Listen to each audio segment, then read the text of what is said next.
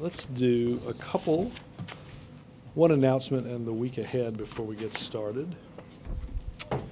President Obama called former President Nelson Mandela this morning to congratulate him on the 20th anniversary of his release from prison. President Obama expressed the American people's great admiration for President Mandela, who was very appreciative of the call. Next, let's do a quick week ahead. On Sunday, I don't have anything for tomorrow. On Sunday, the President will travel to Camp David. He will return to the White House on Monday. I don't, but we will. Let me get that for are you pool duty on that. I will inquire. I assume that will be up there at Camp David. On Tuesday, the President will visit and tour a jobs training center in the capital region. On Wednesday, the President will meet with King Juan Carlos of Spain at the White House. On Thursday, the President, as we talked about yesterday, would meet with the Dalai Lama here. He will then travel to Denver, Colorado, where he will deliver remarks at an event for Senator Bennett, and then travel to Las Vegas, Nevada. On Friday, the President will hold events with Senator Reid in Las Vegas and include discussions with citizens and business leaders about working together to address the economic challenges facing Nevada and the rest of America. The President will return that afternoon to Washington, D.C., and I will find out your pool time for Sunday. Robert, are those Reid events fundraisers? I don't know that. I do not believe any of those are fundraisers, but I will let me double check on that. And no events on Monday? No. He's got nothing on Monday. Signing the debt limit? I don't. It could be this weekend, but I don't have a day yet on that. No. Ben? Thanks, Robert. I wanted to ask a little bit about the way things are unfolding on the jobs bill in the Senate. Does the President support what's happened here with Senator Reid scrapping this bipartisan bill and offering up a pared-back Democratic one? What's his stance on that?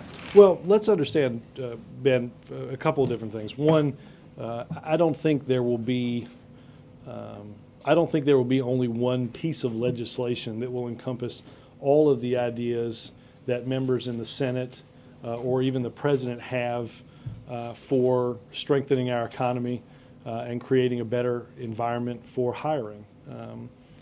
I think that will probably take many forms. We've never thought that it was going to go through in one package. Senator Reid's legislation, I wouldn't characterize it as a Democratic-only plan, since the hiring tax credit is, as you know, the Schumer-Hatch legislation designed by Senators Schumer and Senator Hatch. It has small business expensing, a reauthorization of the highway bill, and an extension of Build America bonds. Again, I think this is just one of many vehicles that will likely go through the Senate during this process. I think there are a number of ideas that will garner bipartisan support that aren't in the initial piece of legislation that Senator Reid will move.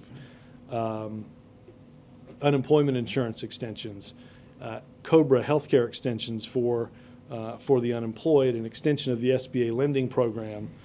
I think there are a host of things that can and will garner bipartisan support, both in the vehicle that Senator Reid is moving when the Senate gets back, and will move throughout this process. Does the White House support the vehicle as it stands right now?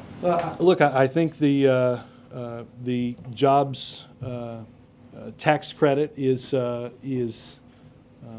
very akin to what the President had in mind, and I think infrastructure investment is something he's talked about. The expensing provisions, all of which the President would be eager to sign.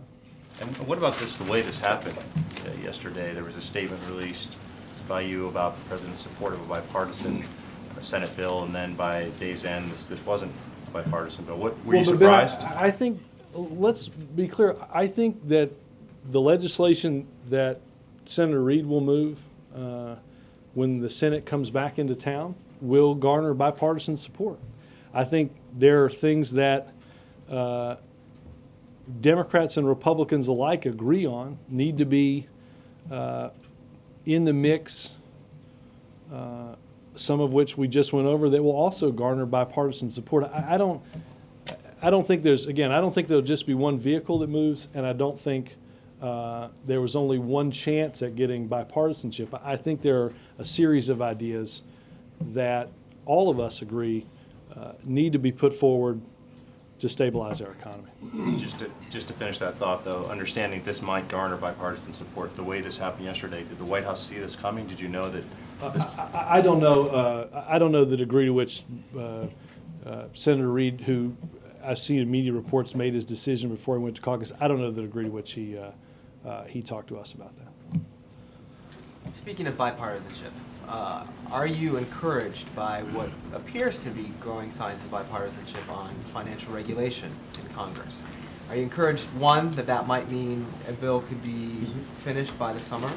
And two, do you have any sense, or is the White House willing to compromise at all on what appears to be the biggest sticking point of the Consumer Financial Protection Agency? Well, look, I think there are, Jeff, strong signals on a number of fronts that working together has its advantages, whether it's on financial regulatory reform, which obviously the president believes is a big priority this year. Look, one of the big points that was discussed in the bipartisan meeting on Tuesday was with Senator McConnell about moving nominees. I recounted this story a couple of times yesterday, with 63 being held for more than a month, 10 times the number that had been held for more than a month at this point in President Bush's administration. And the Senate passed nearly 30 by unanimous consent last night. So I think whether it's financial regulatory reform, whether it's provisions to help small businesses, whether it's moving qualified nominees forward, I think we can see certainly this week the benefits of working together. In terms of the consumer office, I think the president still believes it is a great priority to have the independent authority to ensure that consumers in this reform are protected from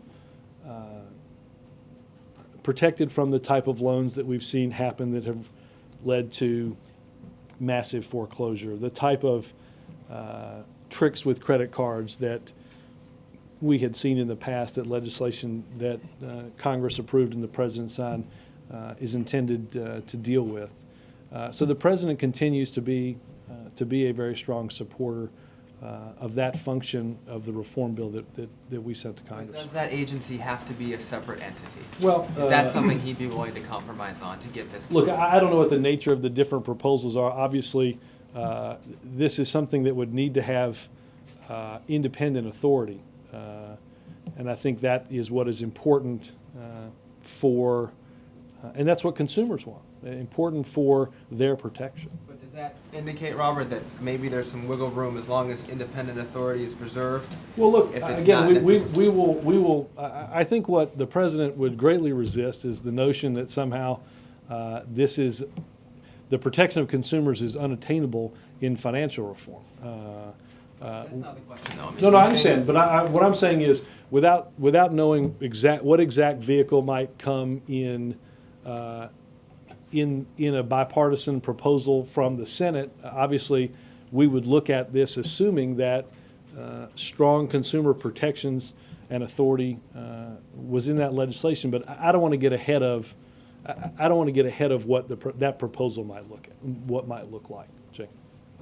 Last month I asked you if the president had an opinion on some of the discussions and changing the Senate rules so that the Republicans or the minority, whomever in the future, wouldn't be able to demand that cloture be invoked, 60 votes, as often. You said you checked with Budget Affairs. My understanding is that one of the president's close allies in the Senate, Dick Durbin, is throwing his support behind a bill from Tom Harkin that I brought up, and that would introduce a sliding scale, so the 60 vote thing wouldn't be required as often. Have you guys discussed it with Senator Durbin? Do you have a Let me opinion check on this? again on whether Senator Durbin, whether we've had conversation with Senator Durbin. Look, I know there's been great frustration on either side of,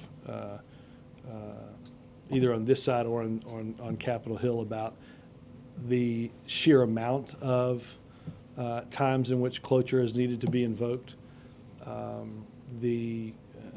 We've certainly discussed the frustrations of, particularly as it relates to non-controversial legislation or non-controversial nominees. We went through and you heard the president discuss, a GSA director that had been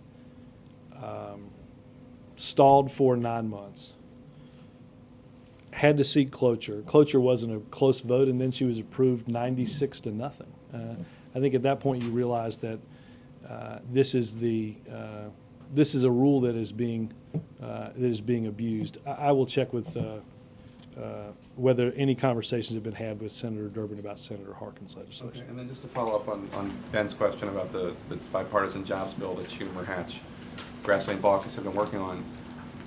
The reason that was given, is my understanding, by Majority Leader Reid for scrapping that effort, much to the dismay of the senators who have been working on it, is that there were protests from some of the more liberal or progressive members of the Democratic caucus in the Senate. Isn't this kind of bipartisan move that those 4 senators, bipartisan senators, had been working on exactly what the president has been talking about, and isn't Harry Reid's move to scrap it, regardless of what comes out of the Senate eventually, isn't that contrary to what the president's been talking about? No. Again, I think what again.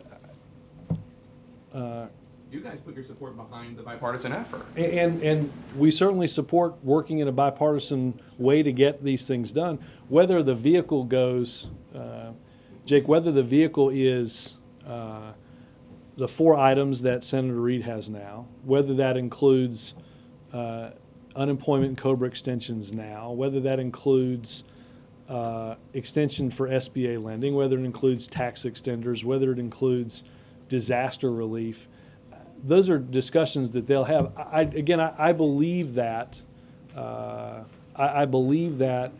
many of these will be implemented and voted on and approved with strong bipartisan majorities.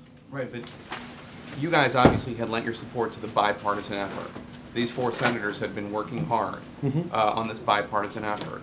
And then Senator Reid, because of apparent concerns from liberal Democrats, scrapped it. That had to have been disappointing to the president and antithetical to his calls for Well, but bipartisanship. what I'm saying is, I do not think that taking, first of all, the main part of the piece of legislation that Senator Reid will have the Senate vote on is the Schumer-Hatch jobs tax credit. So I think what legislative vehicle many of these bipartisan ideas, whatever it moves on, I think is in some ways not quite as important as demonstrating that we can work together. Putting as the centerpiece of a bill that's going to move when the Senate comes back from recess, a bipartisan jobs tax credit, I think sends the appropriate message to small businesses around the country that Washington can work together to create an environment that incentivizes the additional hiring of workers at small businesses. I think that's what the president has talked about.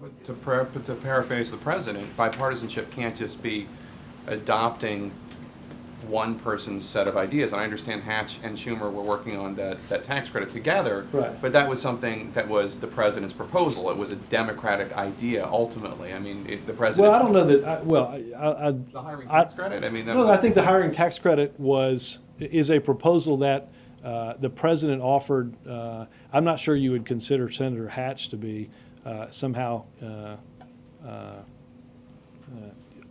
overly sympathetic to the White House's view on these issues. I think it demonstrates. it's It's part of a larger package. That's my right, point. but my messier way of saying, I think if you look at both what's in this legislation, and I think if you look at what isn't in this legislation but will ultimately move, I can't imagine a scenario in which extending unemployment benefits for those that have been out of work and having those benefits expire isn't going to garner bipartisan support. Extending health care. A jobs version of when the president was asked about the other day when he was here, and he was asked about Mitch McConnell talking about how they could support, Republicans could support nuclear energy or Jake, clean coal technology. And the president's response was, well, of course they like, I mean, I'm paraphrasing, but of course they like that. Those are Republican ideas that we're offering in the name of bipartisanship. And so what's going on here is the reverse. Harry Reid taking out the one Democratic idea. Do you think helping small businesses grow by allowing them to write off part of their expenditures is just something that's a Democratic idea? Do you think extending the highway trust fund extension is somehow a uniquely Democratic idea? I think if you were to break the four components of that bill out individually, each of those would garner strong bipartisan support. So I think we are in some ways overreading some of this because, again, I think personally believe that the four components of this bill, several components that were in the bipartisan bill but aren't in the Reid bill, will still be bipartisan. I think I don't think any of the ideas that I've listed here today are uniquely Democratic ideas that have dispensed with Republican ideas in their stead. So, I'll come back around. Robert, could you set us straight on the president's role in deciding where the trial of Khalid Sheikh Mohammed will be? Yeah. Well, look, obviously the decision was made appropriately in conjunction with an interagency process by the Attorney General. But obviously there are efforts on Capitol Hill through legislation to restrict either the type of or the venue of a trial for Khalid Sheikh Mohammed and his co-conspirators. That by definition involves the White House and ultimately the president. Since this effort has moved from strictly a Justice Department decision to something that's in the legislative arena, the White House and by definition the president are involved. But it's being depicted as if he is actually the person who is saying this is... Yeah, I know. He's not in the map room with a big map picking a location. Obviously, the president and members of White House staff have an equity in this given what's going on Capitol Hill legislatively. Yes, sir. Following up on that, though, when let me read your note first, if you would like. Is it a Valentine's Day note? Does it have Snoopy on it? It's passing notes over. Well, I was wrong earlier. If you want to let folks know, just got word that the debt limit PAYGO will be signed later today. So Behind closed doors. Coverage? I not on my note. Go ahead. Bill? Plausible deniability. Anyway, following up on the Khalid Sheikh Mohammed question, on Sunday when Katie Couric asked the president, have you ruled out trying Khalid Sheikh Mohammed in New York City? He said, I have not ruled it out.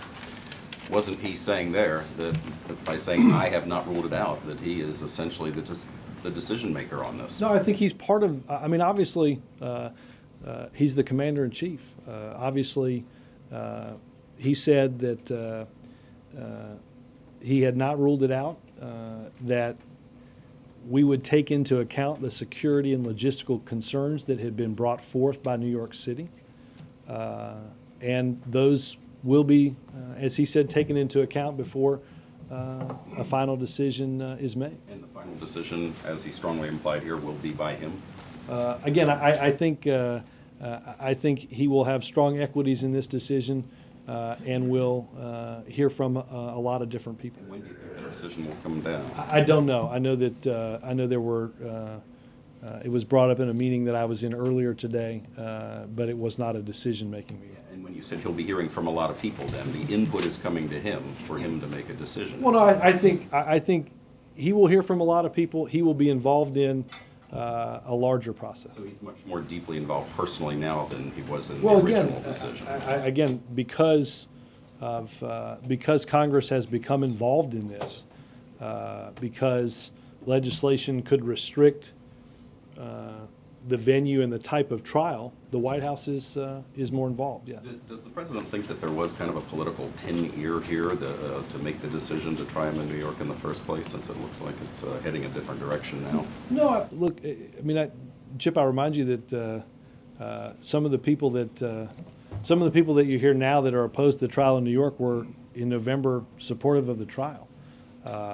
Again, we're going to take into account security and logistical concerns that those people, that those individuals now have. The cost of the trial, obviously, is one thing, and all of that will be taken into account. If I could just follow up on Ben and Jake's line of questioning here. I mean, I think your answer is basically that in the end, most of this stuff will be taken up and hopefully on a bipartisan basis. But isn't bipartisanship also about tone? And by doing what Harry Reid did yesterday, there you had 4 members working together. I mean, people were looking around going, what's wrong here? We've got 4 people working together on a bipartisan basis. And then we realized what was wrong here. Harry Reid was about to slap them in the face. Or as Chuck Grassley said, pull the rug out from under this effort. Again, I just, He destroyed the tone of bipartisanship. No, I think that's over an overreading of the situation. Again, the centerpiece for job creation in the bipartisan legislation was the Schumer-Hatch small business hiring tax cut. That's the Hatch is furious since I was. That's now the hallmark of the legislation that will move in the Senate. Look, here's what I think is most important: is are we going to get these individual items and items that aren't in this legislation passed to benefit the American people, and are we going to get them passed in a bipartisan way? I think the answer to both of those questions is yes. So all that matters in the end is whether they pass with bipartisan votes, not whether people are actually working together in a No, because I think you're going to have bipartisan votes because they're working together on ideas that appeal to both Democrats and Republicans. The president's example. The president's example that he used that Jake brought up the other day was when you just have an idea that appeals to one party on this side or just an idea that appeals to the party on the other side. Tax cuts to encourage equipment investment is not a partisan idea. Reauthorizing and extending the highway bill for a year always gets strong bipartisan support. Build America bonds will have bipartisan support. The hiring tax credit written by a Democratic senator and a Republican senator, by definition, will have bipartisan support. What's not in that bill, extending tax cuts, will likely have bipartisan support, including something like the research and development tax credit, which is extended year after year. Extending unemployment compensation and health care for the unemployed will garner bipartisan support because it's not a partisan idea. Extending lending programs. Does the White House support the hardball partisan tactic of Harry Reid? I think you're greatly overreading and greatly oversimplifying what's going on here. Republicans don't think it was a hardball political tactic. I just don't see it. Yep. Attorney General Holder's comments to the Washington Post: at the end of the day, wherever this case is tried, in whatever forum, what we have to ensure is that it's done as transparently as possible and adherence to the rules. Is that a softening of the administration's position about holding the KSM trial in Article 3 courts? No, because the question that was posed to him asks if fair trials can be held in military commissions, and I can get you a transcript of.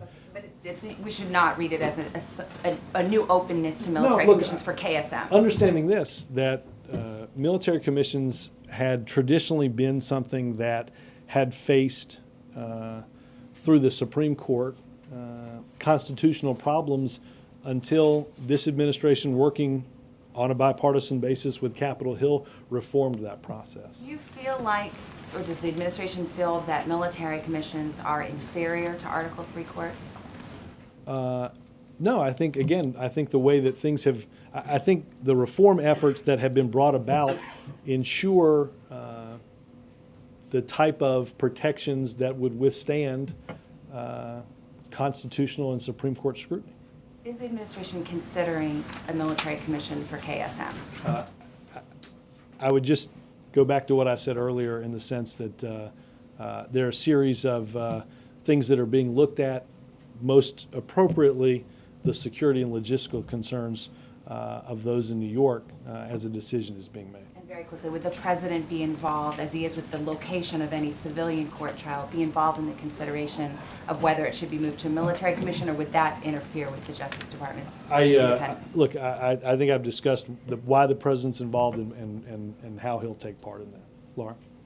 So just following right up on that, you said, she asked if there were, it's been asked if there would be, if military commissions were something you were considering, and your response was there are a series of things being looked at. So I would read that to mean that, yes, that is one of the things. Is that correct? I would just say this, without illuminating all of the factors that are involved, first and foremost, there are, as I've said before, security concerns, logistical concerns about where you would hold the trial in New York, what that would mean for the downtown area, that have to be taken into account. But as you heard the president say last week, he's not ruled out the fact that Khalid Sheikh Mohammed would still be tried in a federal court in New York. So I think that's, first and foremost, that's what the president is focused on. But it hasn't ruled out the other option. Focused on the decision at hand. On the issue of recess appointments, when you talk about this issue, you talk about people who haven't had a chance to even come up for a vote because they're being held by one senator over this, that, or the other. Does the president view it as an option to use recess appointments for somebody like Craig Becker, who did in fact have a majority but not a supermajority needed? Obviously his nomination look, did come up. I think there are, the president has nominated very qualified individuals for the positions that he's nominated them for.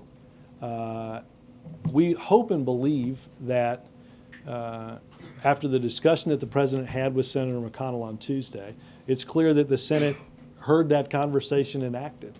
But you saw the president in a statement last night.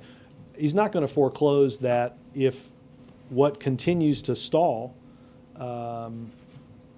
if the stalling tactics continue, he's not ruling out using recess appointments for anybody that he's nominated. The best way to avoid that is for the Senate to work through this process. So in the case of Becker, would you view that as a stalling technique to? Yes. So it is a possibility that you would. Anybody that the president's nominated that hasn't been approved is somebody that the president would consider. What if they only got 49 votes? Would he consider it in that case? I'm not going to go through a whole host of different scenarios.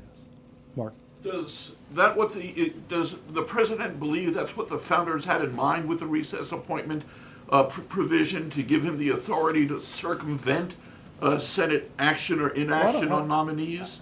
When the Senate... I have not spoken constitutionally with the president about his theory on it.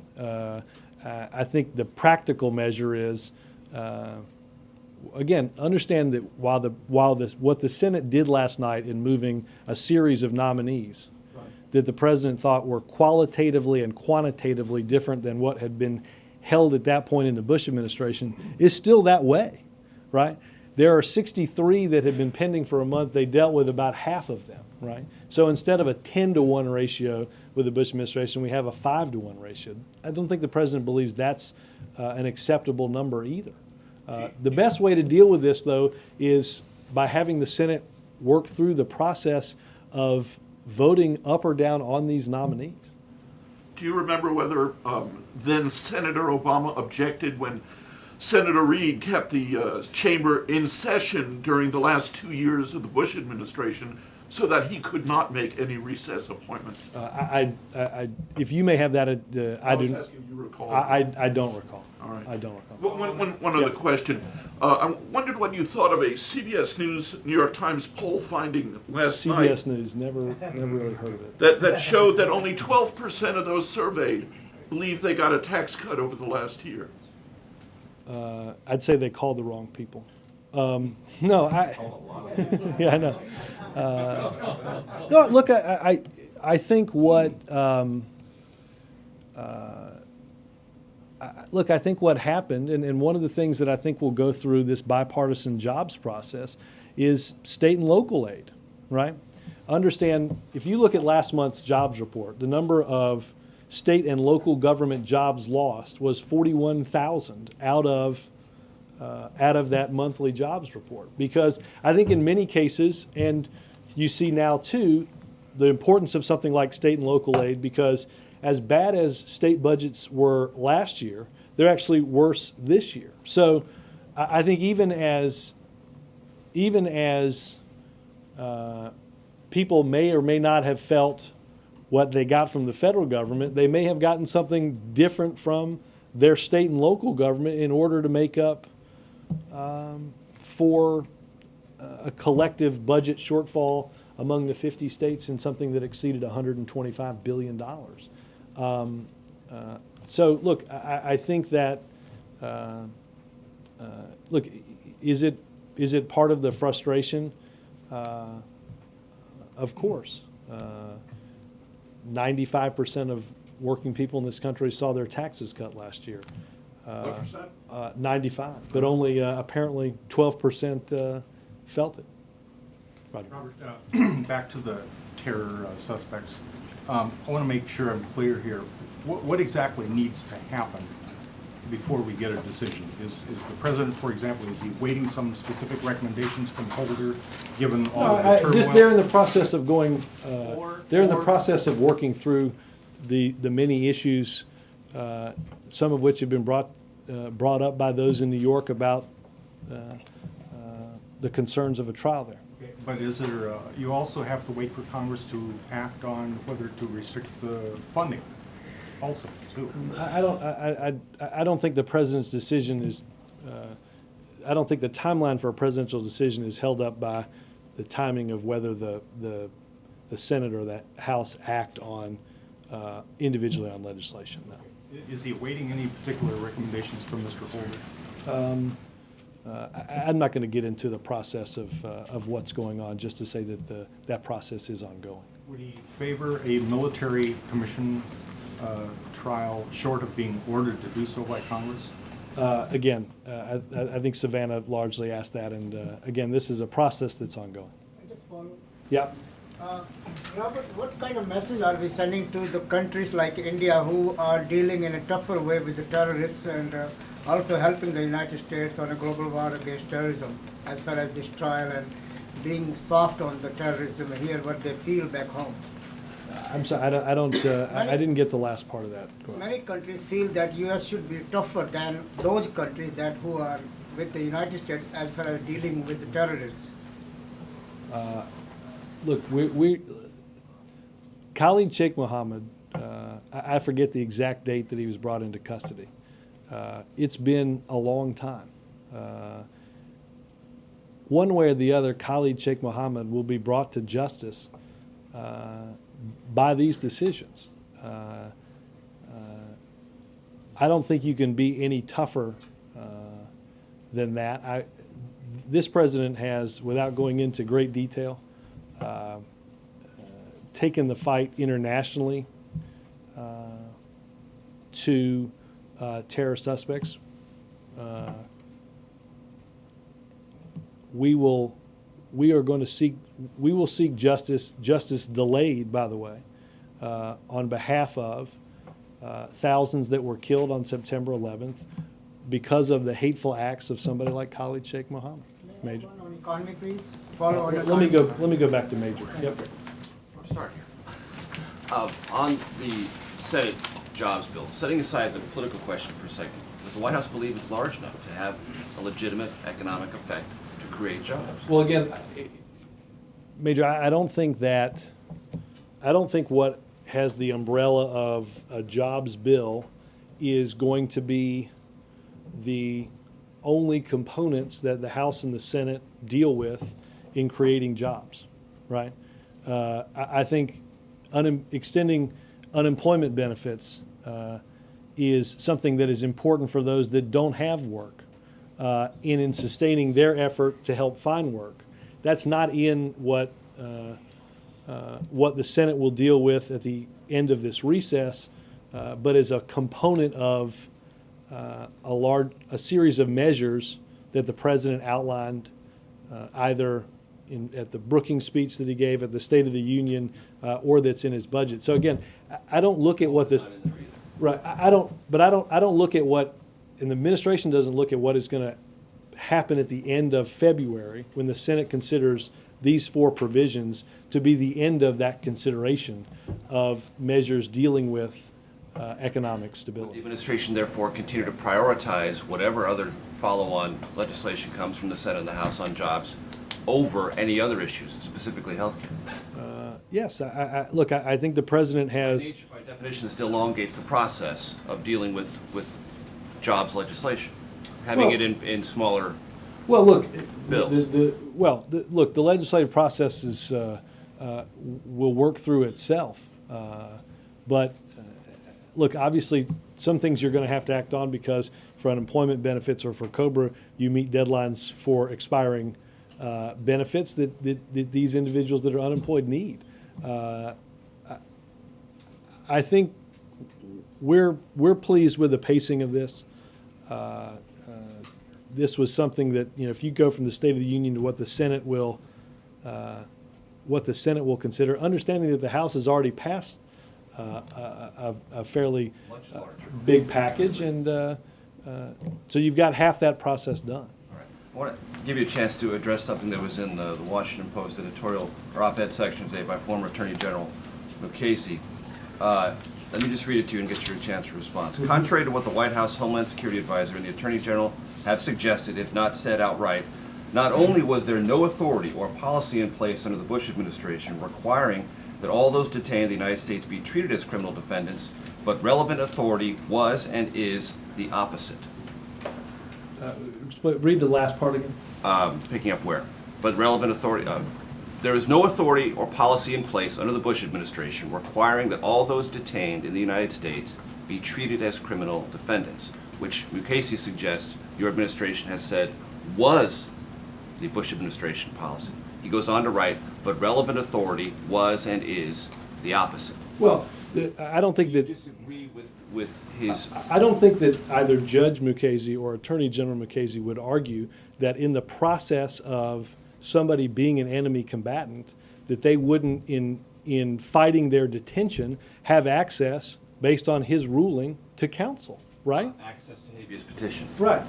Not all other rights. As he goes on to write, I don't want to go through the whole thing. Right. But he says in the Hamdi case and in relevant Padilla dealings, habeas petitions were created as a legal venue, but not all the other rights. Well, but He let's says also you guys address are what- accusing the Bush administration Well, of granting it a But blanket. let's also deal way. with what Attorney General Mukasey and others in the Bush administration, they've suggested that because military commissions weren't set up, that somebody like a Richard Reed, Mirandized 5 minutes after he was taken off of an American Airlines flight, couldn't have been held because we didn't have military commissions. Military commissions aren't a venue for interrogation. Military commissions are a venue for adjudicating justice. Is Attorney General Mukasey saying in his op-ed that the United States of America, the minute that they walked a Mirandized Richard Reed off of American flight in Boston, didn't have law of war detention? It's a principle that we've had for as long as this country has existed. So I don't know if he presumed that law of war detention didn't exist on that day. On the KSM trial location, how concerned is the President or the White House legislative team about what appears to be a growing number of Senate Democrats signing on the legislation to block all funding entirely? And to what degree is the President telephoning members to try to persuade them to either hold off or change their mind? Yeah, I do not know of calls that the president has made. There may have been calls from the council's office or from legislative affairs to discuss people's opinion on legislation or on potential upcoming votes. Look, I just leave it at this. It was a very important consideration of Congress in this entire debate, would it not?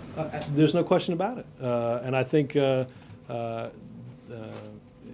is an important aspect of this. It's an important aspect of our broader efforts in dealing with terrorism, and it's something that the administration is working through actively. The president would not be personally involved. Why? If it's so important. No, I do not believe. I'm just saying I do not believe he has made phone calls. You asked me specifically about phone calls to Democrats about the legislation. I will go back and look at the phone logs that are sent around, but I do not. Nothing pops into my head, but let me double check. Got it. Robert, I want to try the jobs bill thing again on Chip's point of tone. Senator Reid changed course and then effectively challenged Republicans to oppose the bill. That was a fairly significant change in tone, and Republicans feel that they are being set up politically here to some degree. Can they trust the president and Democratic leadership in Congress when they talk about bipartisanship, if this is the first kind of experience they're having since the State of the Union and a lot of this bipartisan talk? Of course, Republicans can trust the president. They were in a room not far from where we're sitting, discussing many of the elements that will be voted on at the end of February on a jobs bill. Again, I think that. Again, I think you'll see a strong bipartisan vote. I think you'll see, and I think you'll see a strong bipartisan vote on aspects that aren't in this legislation, but are part of what Democrats and Republicans alike believe is important for stabilizing our economy. Does the White House understand Republican frustration over this, though? It sounds to me like you're saying, what's the big deal? If you're asking have we been frustrated about bipartisanship for the better part of the past more than a year? Yeah, I mean, we've on this point, that the White House came out yesterday, endorsed the process that was taking place. Right. That changes. Republicans are angry and confused. Do you understand that? The president didn't talk about bipartisanship on accident. The president has throughout his tenure as president been frustrated that we haven't worked together more. Not just about what we're doing economically now, but what we had to do economically a little more than a year ago when the times were even more dire. When we were facing job loss in the, as we've discussed in here, the 700,000 range each month, when we didn't know if we'd wake up and the financial system that day would have collapsed. Look, I can understand the frustration of Democrats and Republicans alike that regrettably the process of Washington has overwhelmed a series of ideas that the American people want to see work for them on behalf of the cares and concerns that they have. Absolutely. Robert, just two questions. Maybe come back at the end. It's like a cherry on top of the sundae. Yep. Robert, going back. You're not to what? Nothing. Don't worry about it. Going back to Mark's question on the public perception of the tax cuts. Does that reflect a marketing problem? No. Again, I think it's hard to demonstrate to people that did get a tax cut at a federal level if they saw, based on a budget shortfall in a state that may had to have raised taxes and fees. Look, that's why, look, I think that I think that the American people look at a number of different factors that go into understanding and speaking to the frustration that they have about this economy, right? These things, they don't happen in silos, right? What happens at a federal level and what happens at a state level are felt by both. Both of those are felt by individuals on the ground. I think what it demonstrates is that whether there's four aspects of a package that's moving through the Senate, there are going to have to be a series of things that happen in coordination with all levels of government in order to get this economy moving again. If the federal government adds money through recovery to stimulate demand, while states are having to pull back greatly, you're going to create a situation where that's not going to ultimately be felt. That's why one of the big aspects of the recovery plan that was originally passed by Congress was state and local fiscal relief through FMAP funding, which cushioned that blow. You also structured the tax cut in a way that was supposed to maximize its economic impact by having it in these little. Maybe did not that, its did that sort of marketing minimize the political impact? Well, look,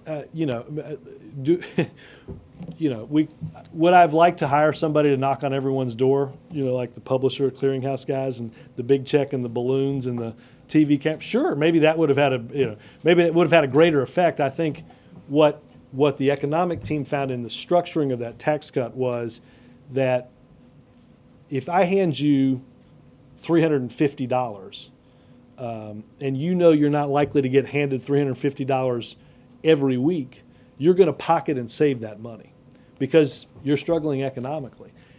You're much more likely to put that into the economy in increased consumer spending and demand if you understand that it is going to be something that you feel maybe not all at once, but a little bit over a series of time, in that you can increase your demand by that much. That's the way the tax cut was structured.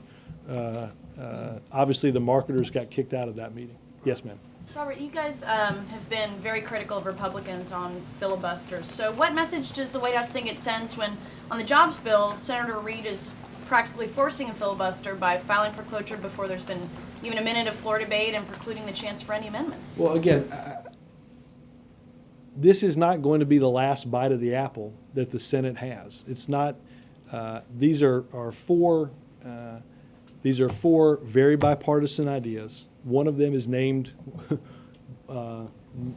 by the name involves a Democratic senator and a Republican senator. By definition, a bipartisan idea.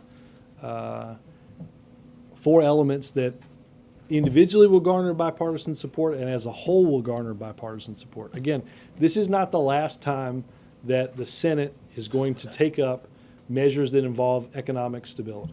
But you guys aren't bothered by the way, he's not allowing for any amendments or...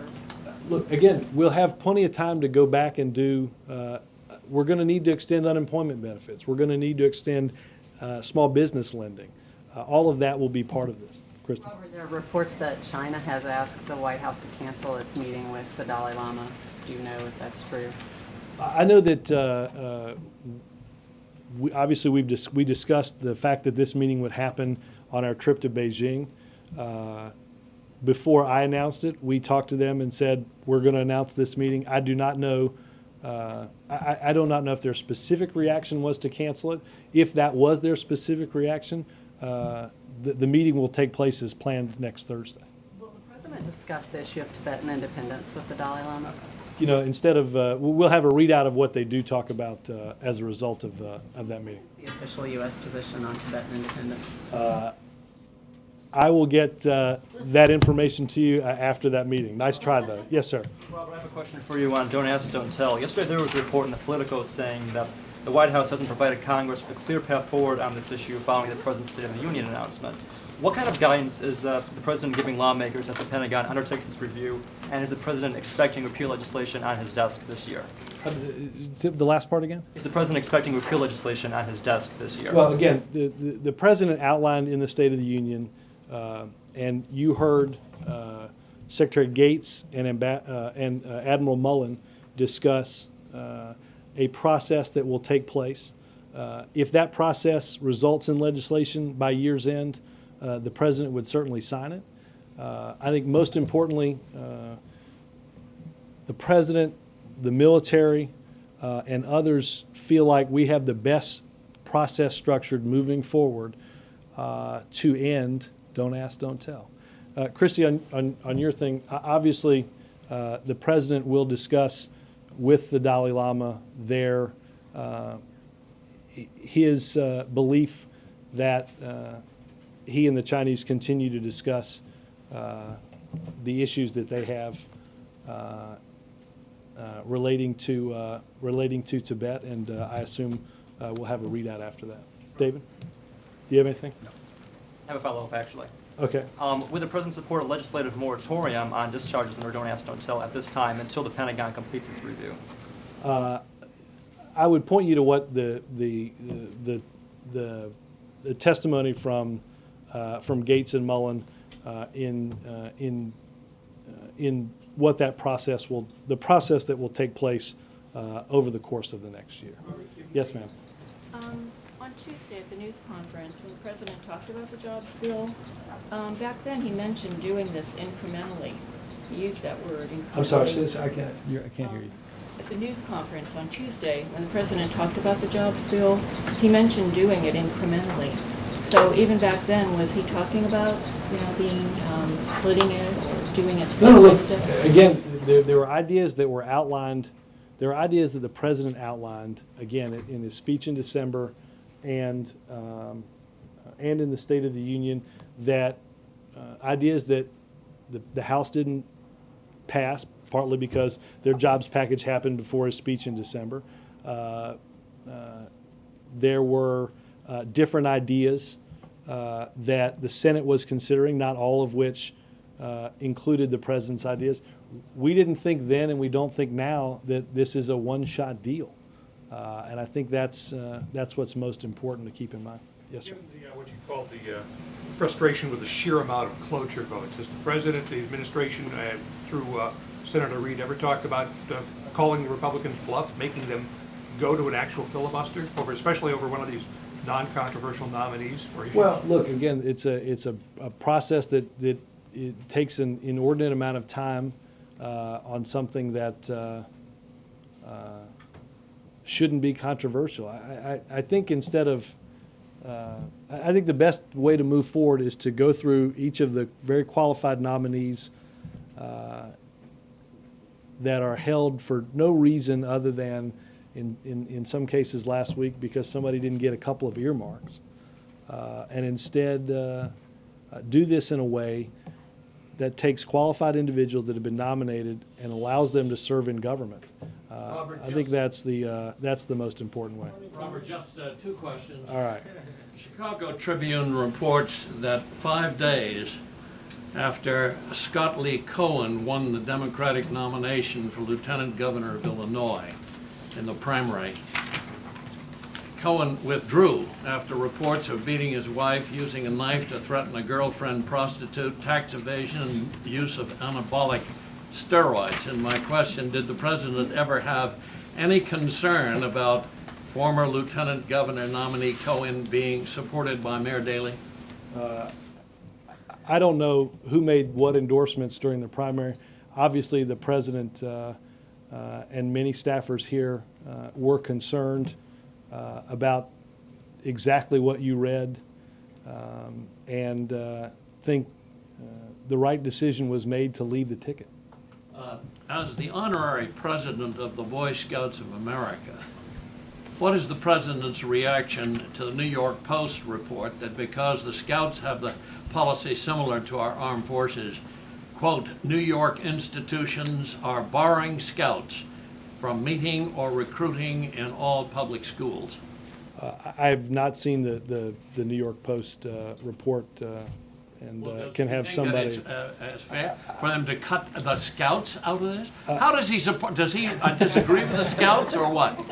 Where are you on this, Lester? Are you? It's just yes, I do know where. I support the Scouts. Do you support the Scouts? My son is. We're constructing the Pinewood Derby car as we speak. So. He's a Scout. Your son is a Scout. He is, and I think he's going to be disappointed if his car doesn't do well. But his father tends to be constructionally challenged. Thanks, guys.